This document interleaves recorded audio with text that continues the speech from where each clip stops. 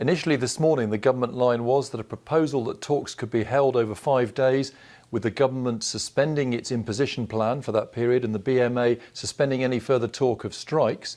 The government didn't seem to like that idea. The BMA had indicated it was positive, but by the middle of the morning, there was a statement in the House of Lords by the Health Minister, Lord Pryor, with a rather different tone. This is what he had to say.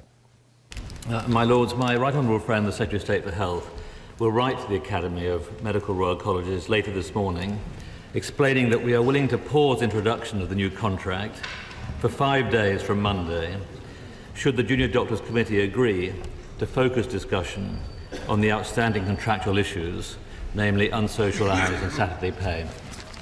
OK, so Hugh, so that's the government's position. What response has there been to that?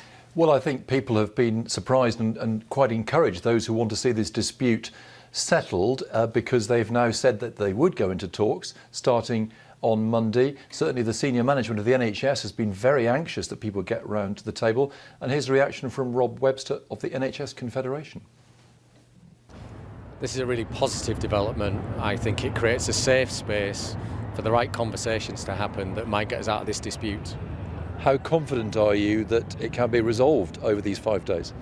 Well, I'm more confident than I was yesterday, and I think getting people in the room to talk about the things that matter can only be good for patients, can only be good for doctors, and can only be good for the NHS.